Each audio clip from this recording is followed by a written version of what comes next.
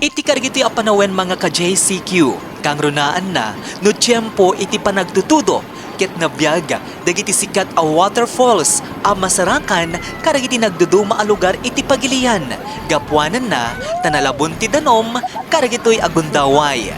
Iti probinsya ti Abra, kang runaan na, iti Palusuagan River, a masarakan, iti ili ti Lagayan, ket adda ita, ti daydaywen dagiti naduma-duma at turista, gapuanan na, dinapintas nga aglawlaw na, ken nakalitlitnaw adanom nga agay ayos kadaytoy akarayan. Nga isunget ten, iti maysa ang mga trakar, karagiti mahilig ti adventure, ken napintas a pagbabandingan, dagiti agpapamilya, agkakatrabaho, agkakaklase, ken agkakabarkada. Ngem nga agturong tayo kariti aluglugar mga kaibigan, ket ipangpangruna tayo, tiin tayo panagan-anad, tapnon ti kasta, ket maiyadayo tayo, ti anyaman, apagpiggadan ti salunat, ken ti biyag.